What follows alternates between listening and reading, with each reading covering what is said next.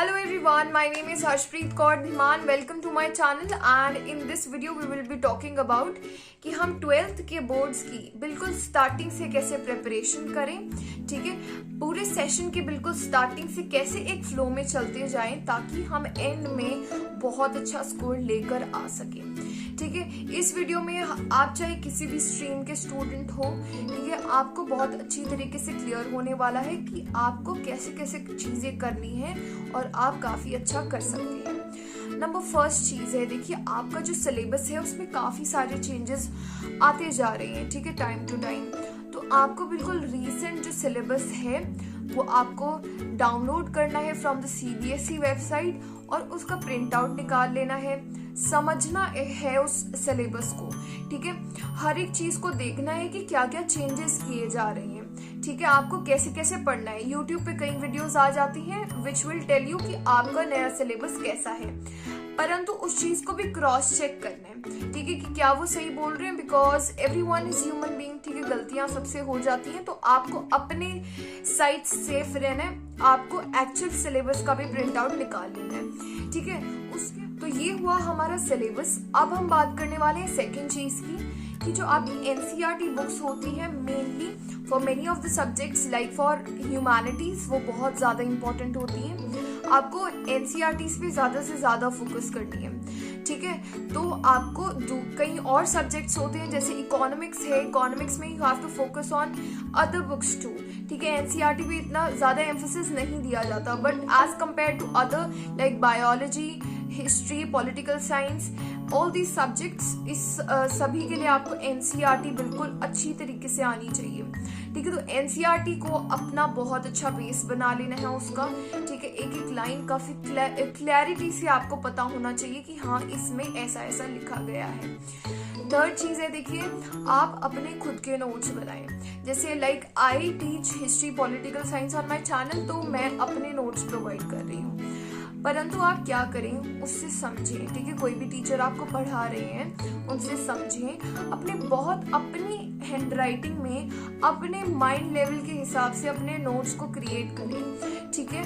और फिर जाके जो है उसे बहुत शॉर्ट में अपना प्रिपेयर करिए, क्योंकि क्या होता है when you have to revise the things तो आप पूरा चैप्टर नहीं पढ़ते, परंतु आप क्या कर सकते हो, नोट्स कैसे बनाने। देखो कभी भी फर्स्ट रीडिंग में नोट्स नहीं बनाते, अपना 3-4 बार चैप्टर को पढ़ते हैं उसके बाद नोट्स बनाते हैं, ठीक है। तो उसे बिल्कुल शॉर्ट करना है। जैसे पॉलिटिकल साइंस में लास्ट टाइम जो है सिर्फ 1 हॉलीडे था प्रिपरेशन के लिए, तो you can not read each and every chapter with in that time period. एक दिन के अंदर सब कुछ नहीं होता, ठीक है। और एग्जाम से पहली वाली रात बहुत बुरी हो जाती है, ठीक है। मुझे पता है that my last night of the political science exam was horrible, पर क्योंकि मेरा पूरा स्टार्टिंग से पूरी प्रिपरेशन थी, ठीक है, नोट्स थे मेरे पास अपने, इसलिए मेरा 99 स्कोर रहा था, ठीक है। तो आप देख सकते हो कि खुद के नोट्स कितना ज्यादा हेल्प कर सकते हैं आपको।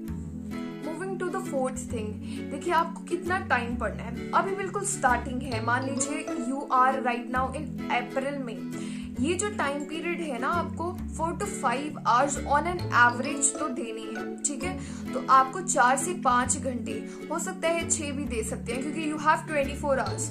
24 आवर्स में से 6 घंटे पढ़ लेंगे तो ज्यादा अच्छा हो जाएगा, ठीक है। तो आप क्या कर सकते हैं कि if you are a morning person तो आप अपनी शुरुआती टाइम में से 3 घंटे निकालिए, बिल्कुल फोकस्ड होके पढ़ना है, ठीक है। उस टाइम पीरियड में आपको क्या करना है, नो डिस्ट्रैक्शन, ठीक है। जैसे for an example you are waking up 5 o'clock, 5:30 पे जो है आप 5:30 से शुरू हुए आप, उसके बाद 3 घंटे का आपको रखना है, अपना 8:30 बजे तक बहुत अच्छी तरीके से पढ़ लेना है, ठीक है। कैसे कर सकते हो, you can use Pomodoro method. उसमें क्या होता है कि आप जैसे 25 मिनट्स के लिए पढ़ रहे हो तो 5 मिनट्स का ब्रेक ले रहे हो, नेक्स्ट 25 मिनट्स 5 मिनट्स का ब्रेक, या फिर अगर आप ज्यादा टाइम पीरियड के लिए पढ़ सकते हो तो आप 50 मिनट्स पढ़ लो, 10 मिनट का ब्रेक, नेक्स्ट 50 10 मिनट्स का ब्रेक, नेक्स्ट 50 10 मिनट्स का ब्रेक। पहले 3 घंटे जब आपके दिन की शुरुआत के बहुत अच्छे जाएंगे ना,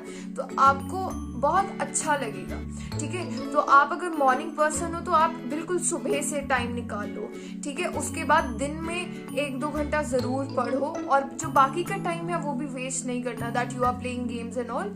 ठीक है, वो आपके ऊपर है, इन सारी चीजों को रिस्ट्रिक्ट करके रखिए। ठीक है, उसके बाद आप नाइट टाइम में भी पढ़ सकते हैं, 2 आवर्स एटलीस्ट। तो आप शुरुआती टाइम पीरियड में बहुत ज्यादा ना पढ़ें, परंतु जो टाइम आप पढ़ रहे हो ना उसमें हाई फोकस के साथ पढ़ें। ठीक है, तो ऐसा नहीं होता कि आप कितने ज्यादा घंटे पढ़ रहे हो और आपके तब अच्छे मार्क्स आ रहे हैं, परंतु जो आपका वर्क डन होता है ना, दैट इज इक्वल टू कि आप कितना टाइम लगा रहे हो और कितना फोकस है आपका पढ़ाई के टाइम पे। तो आपको अगर फोकस इंक्रीज कर दिया ना तो कम टाइम भी चलेगा, परंतु अगर टाइम बहुत ज्यादा कर दिया और फोकस बिल्कुल डाउन है तो कुछ भी नहीं होएगा, है ना।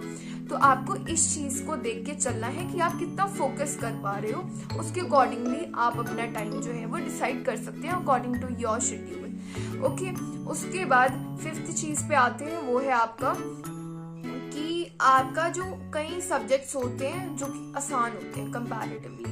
जैसे जो पीसीएम वाले बच्चे होते हैं उनको इंग्लिश जो है वो बहुत ज्यादा साइड कर देते हैं। ठीक है, जो आपके आर्ट्स वाले बच्चे हैं वो फिजिकल एजुकेशन होती है, इंग्लिश होती है, बिल्कुल साइड में कर देते हैं। आपको ऐसा नहीं करना। जो काफी डिफिकल्ट सब्जेक्ट होते हैं ना उन पे ज्यादा फोकस तो रखना है, पर आपको ये जो आसान वाले सब्जेक्ट है ना जिसमें मार्क्स बहुत आ जाते हैं, ठीक है, उसे टाइम दे देना है। आपको ऐसे नहीं करना कि you are just doing your difficult subject, क्योंकि जैसे इंग्लिश है ना, इंग्लिश में बहुत कम पढ़ते हैं बच्चे तो भी काफी अच्छे मार्क्स आ जाते हैं, पर आपको टाइम देते जाना है। ठीक है, ऐसे नहीं करना कि इंग्लिश को छोड़ ही दिया एंड में पढ़ेंगे।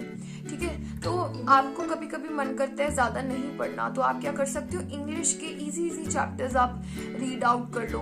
ठीक है, फिजिकल एजुकेशन रिलेटेड कंटेंट पढ़ लो। ठीक है, जब आपका ज्यादा मन नहीं कर रहा, so that is the trick कि जब आपका ज्यादा फोकस नहीं रहा, फॉर एन एग्जाम्पल आप रात को थक गए हो तो आप रात के टाइम में क्या कर सकते हो, आप 1 घंटा उन आसान सब्जेक्ट को दे सकते हो। ओके यार, अगली बात है ड्यू टू कोविड, ठीक है, सारे बच्चे घर पे हैं तो आपका ज्यादा इंटरेक्शन नहीं हो पाता विद योर टीचर।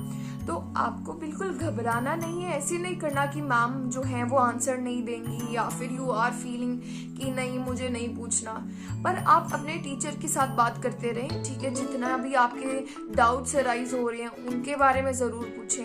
ठीक है, आपको रिस्ट्रिक्ट नहीं करना है। ठीक है, आपको अपने जो टीचर्स हैं उनकी नॉलेज को लेना है। ठीक है, that will help you to score better. ठीक है, तो अगर फॉर एन एग्जाम्पल आप आंसर राइटिंग अपनी बहुत अच्छी करें, ठीक है, आप समझें कि टॉपर्स कैसे लिखते हैं, थोड़ा वैसा बनाने की कोशिश करें। काफी सारे टॉपर्स की देखो आंसर शीट, फिर जाके अच्छी चीजों को अडॉप्ट करो। कई टॉपर्स होते हैं जिनकी आंसर शीट में होता कुछ नहीं है पर फिर भी 100 मार्क्स होते हैं। ठीक है, as from the view of humanities subject. ठीक है, कि उनकी रिप्रेजेंटेशन इतनी अच्छी नहीं होती, पॉइंट्स भी इतने अच्छे फॉर्म नहीं किए जाते। तो आपको सभी का देखना है, फिर जाके अपने में इम्प्लीमेंट करना है। मैम को कहो मैम प्लीज एक बार ही चेक कर दो। कोई ऐसा क्वेश्चन होता है जो कि आपको समझ नहीं आ रहा होता, तो मैम को कहो कि मैम प्लीज हमारा जो ये क्वेश्चन है वो मुझे समझ नहीं आया कि how we have to form it. ठीक है, तो टीचर की हेल्प, टीचर्स ऐसे होते हैं कि अगर आप पूछेंगे तो वो जरूर रिस्पॉन्ड करते हैं, तो आपको टीचर्स का जो है हेल्प लेते रहना है। ठीक है, बिकॉज ऑफ कोविड आप स्कूल भी नहीं जा रहे हो, है ना, तो आपका उतना अभी कनेक्शन टूट गया है, but you can call the teacher, hello ma'am आप प्लीज बताओ। ठीक है, मैसेज कर सकते हो। तो दे आर द रिसोर्स। ठीक है, आपको रिसोर्स को यूज करना है। अब देखिए, उसके बाद डिस्ट्रैक्शन फ्री होके पढ़ना है। ठीक है, फॉर एन एग्जाम्पल आपको मोबाइल फोन से प्रॉब्लम हो जाती है, आप बार बार स्क्रॉल करने लग जाते हो, तो आपको क्या करना है, जैसे सुबह के जो 3 घंटे हैं तब अपना फोन अपने मम्मी को दे दो, कहना है मुझे देना नहीं है। ठीक है, तो क्या होगा, फोकस इंक्रीज करने वाला है और आपका टाइम जो है वो कम लगेगा। बाद में आप जो भी कर सकते हो, ठीक है, आप खेल सकते हो, whatever you want to do you can do. ठीक है, आपको दिन भी अपने अच्छे लगेंगे, ऐसा नहीं लगेगा कि मैंने कुछ पढ़ा नहीं है। तो डिस्ट्रैक्शन फ्री होके पढ़िए। ठीक है, ऐसे ना करें कि फोन साथ में है, बार बार कर रहे हैं और you are not even studying और फोन भी मतलब पूरा मिक्स हो रहा है सब कुछ। उससे क्या होगा, दिमाग में कुछ ज्यादा पड़ेगा नहीं। ठीक है, अब ये सारी जो टिप्स हैं आई होप आपको हेल्प करेंगी। ठीक है, डेली का प्लान बनाना है कि आज मैंने ये आधा चैप्टर कंप्लीट करना है। ठीक है, आज मैंने ये चीज पूरी करनी है। सिलेबस में अंडरलाइन करते जाएंगे, ये हमारे टॉपिक्स जो हैं इस चैप्टर के वो हो गए हैं। ठीक है, अपने नोट्स बनाने हैं। तो आई होप आपके बहुत अच्छे मार्क्स आएंगे। ठीक है, अगर आप करते जाओगे ना बहुत बढ़िया मार्क्स आएंगे। और ऐसे ना सोचना कि पूरा साल पढ़े है या इतने महीने पढ़े हैं, कुछ नहीं पता चलता कि कब टाइम चला जाता है। जैसे अभी आप 11th क्लास से आए हो, आपको पता ही नहीं कब 11th होगी है, किसी को पता चला कब होगी है। ठीक है, I have cleared my schooling. ठीक है, मुझे पता ही नहीं कब खत्म होगी है। So that is the thing कि आपको टाइम जो है वो फ्लाई कर जाता है और आपको पता नहीं चलता। तो आप थोड़ा थोड़ा टाइम देते जाएंगे, you can do very well in your exams. So the last message is कि आपको कोविड से बच के रहना है। ठीक है, और भी जितनी भी डिजीजेस हैं, जंक फूड ज्यादा ना खाएं। ठीक है, एक बार बीमार हो जाती हैं फिर क्या होता है, आपको रिकवर करने में बहुत टाइम चला जाता है, तो आप पढ़ नहीं पाते हो। ठीक है, और एक वो रीजन बन जाता है कि मैं बीमार हुआ था या हुई थी, इसकी वजह से मेरा अच्छा नहीं गया। तो अपना ख्याल रखें। ठीक है, और बहुत अच्छा होगा आपका सब कुछ। Meet you in the next video.